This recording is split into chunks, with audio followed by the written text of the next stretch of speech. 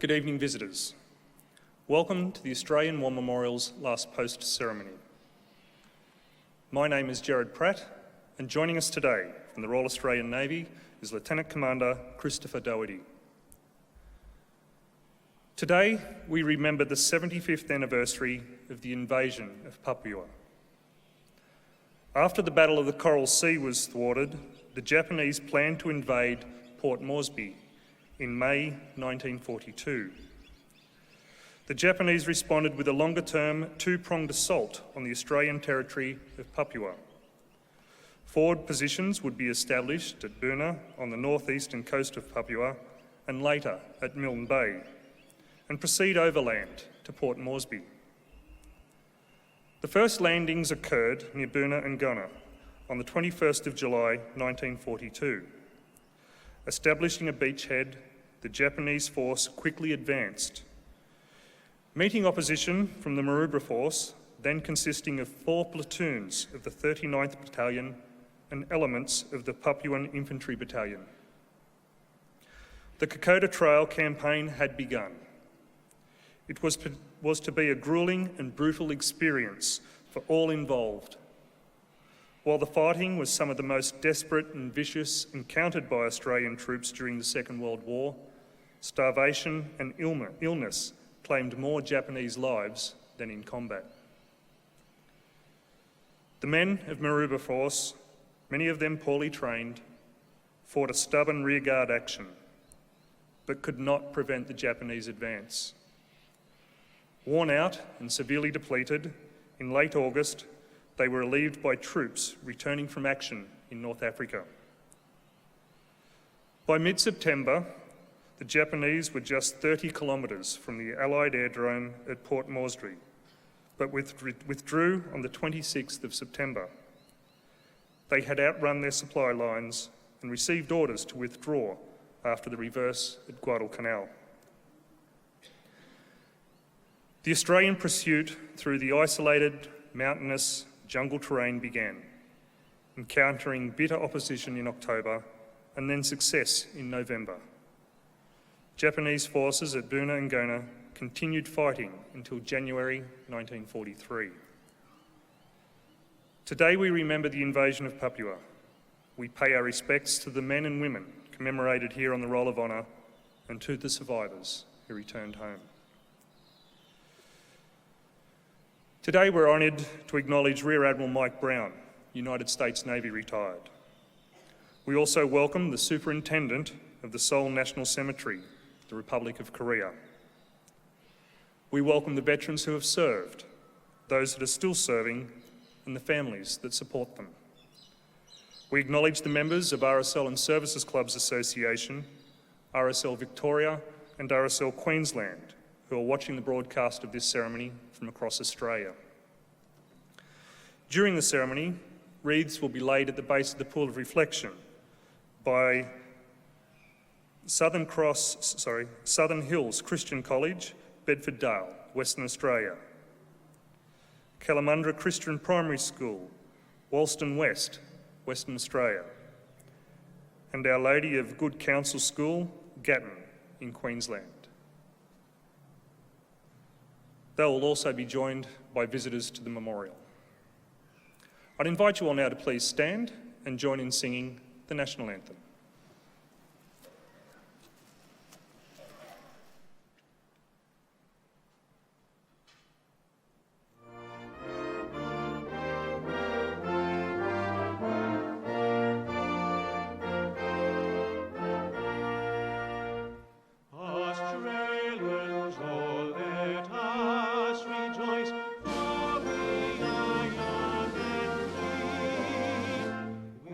Golden sword.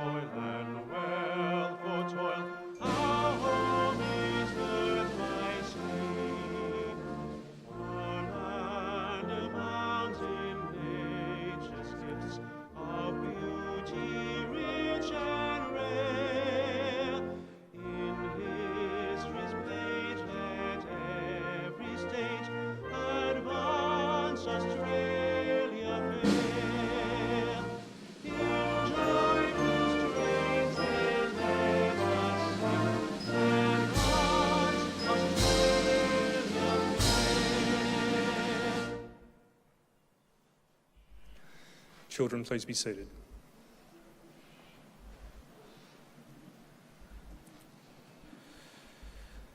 The Australian War Memorial was the vision of Charles Bean, Australia's First World War official historian. Bean landed with the Australian troops on Gallipoli and stayed with them at the front through until the end of the war. The idea of this national memorial and museum came to him at Pozières, France, in the depths of the bloody fighting of 1916. Bean's idea was that this would be a place where families and friends could mourn loved ones buried in faraway places. It would also be a place that could help all Australians understand what these men and women had endured and what they had done for us. Bean's vision, to which we remain true, is best expressed as inscribed in the entrance to the memorial's galleries. Here is their spirit, in the heart of the land they loved, and here we guard the record which they themselves made. Tonight, we will read the story behind just one of those listed on the Roll of Honour, which lists the names of more than 102,000 men and women who have given their lives for us in war and operations for more than a century. But first, we present a lament, Flowers of the Forest. Wreaths or floral tributes will be laid at the base of the pool of reflection.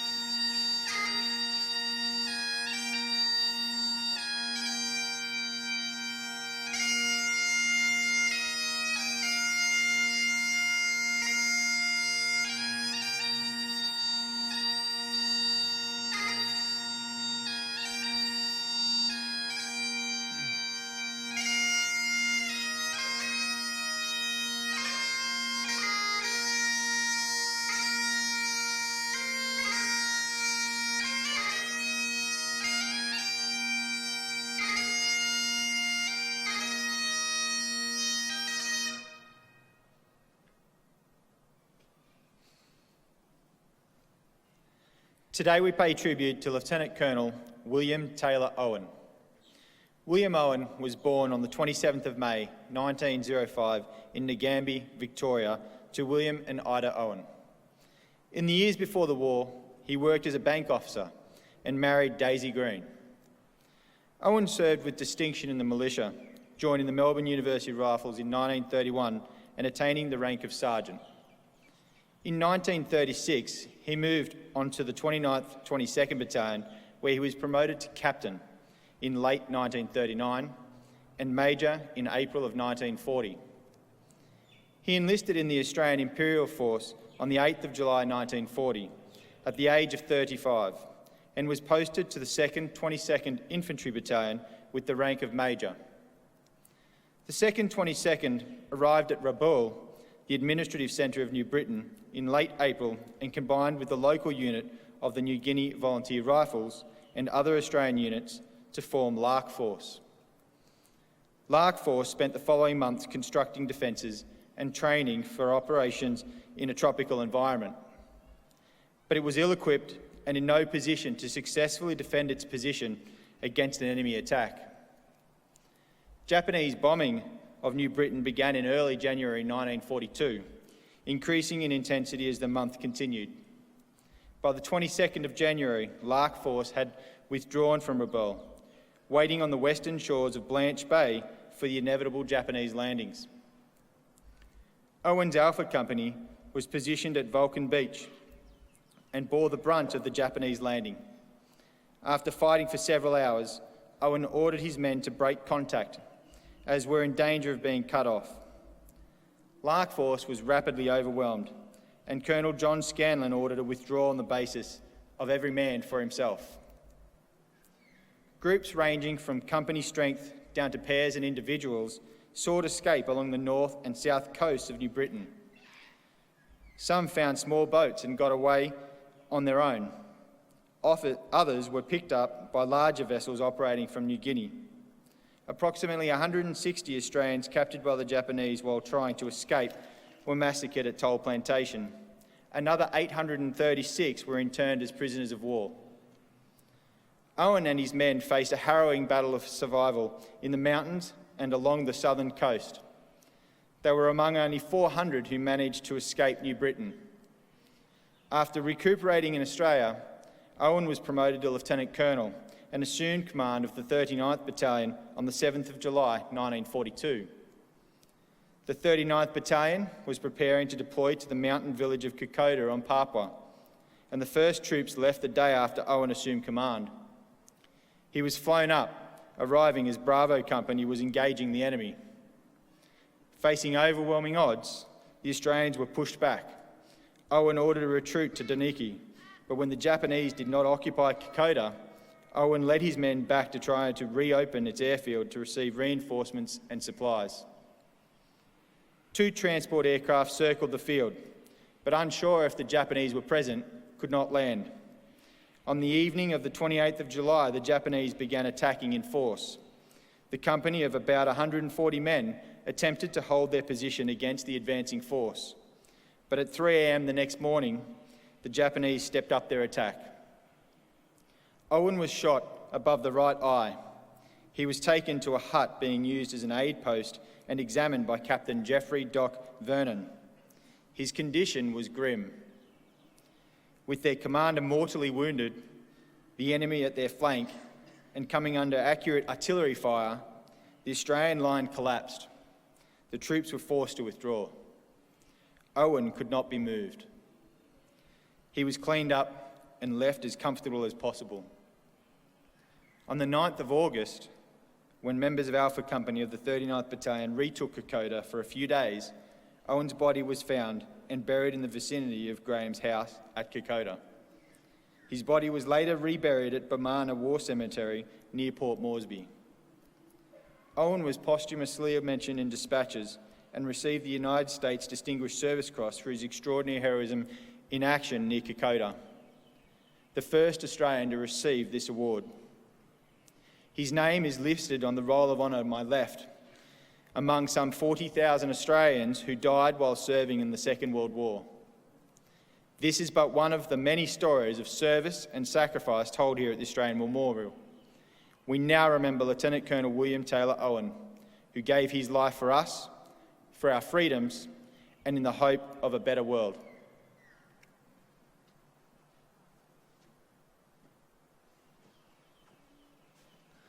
Please stand for the reading of the Ode and the sounding of the last post.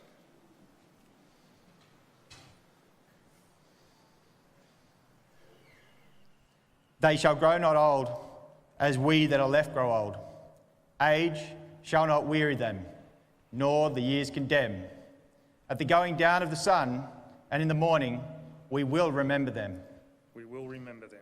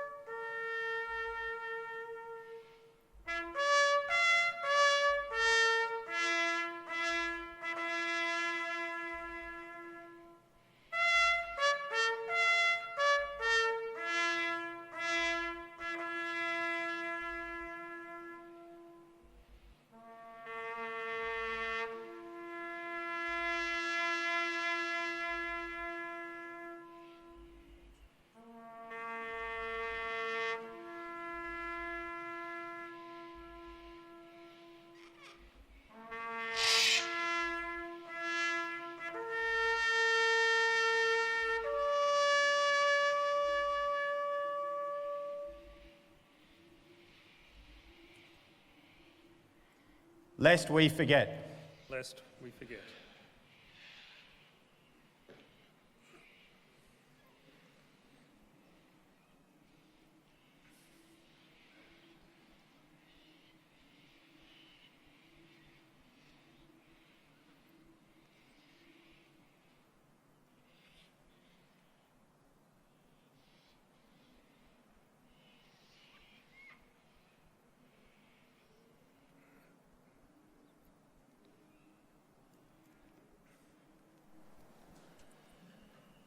We leave you this evening with the words of the memorial's founder, Charles Bean.